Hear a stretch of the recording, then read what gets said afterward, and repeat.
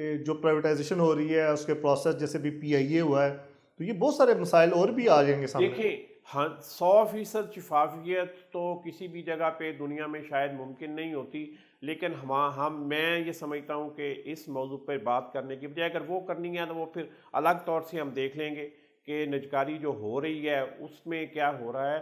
فی الحال تو میں یہ بات کر رہا ہوں، میں صرف یہ بتانا چاہتا ہوں کہ جو یہ رپورٹ جاری ہوئی ہے، یہ رپورٹ اس وقت بھی وزارت خزانہ یا فنانس ڈویژن آفس جو اس کو کہتے ہیں اس کی ویب سائٹ پہ پڑی ہے. 850 سے زائد صفحات پہ مشتمل ہے. بہت اچھے طریقے سے یہ تیار کی گئی ہے.